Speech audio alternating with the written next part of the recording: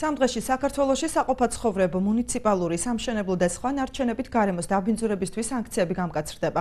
ნარჩენების მართვის კოდექსის თანახმად დაჯარიმდებიან იმ ავტოსატრანსპორტო საშუალებების მძღოლებიც და მგზავრებიც, რომლებიც ფანჯრიდან გადაყრიან სხვადასხვა სახის ნარჩენებს, სიგარეტის ნამტს, კვების პროდუქტის ნარჩენებს და სხვა.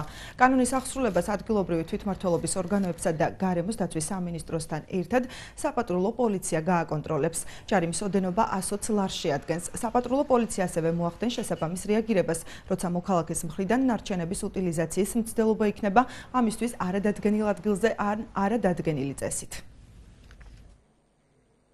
საპატრულო პოლიცია და კერძოდ პოლიცია იმუშავებს თავის კომპეტენციის ფარგლებში. ამ ეტაპზე საპატრულო პოლიციის მხედველობის არეში მოხდება ყველა ის სატრანსპორტო საშუალება, რომლის ფანჯრიდანაც იქნება გარემოს დაბინძურების მცდელობა. ეხება ეს სიგარეტის ნამწვავს, კვების პროდუქტის ნარჩენებს, ცარიელ ბოთლებს და დანარჩენ ამგვარ ლიფტებს. ესეთი ქმედება დაჯარიმდება 120 ლარის ოდენობით ჯარიმით.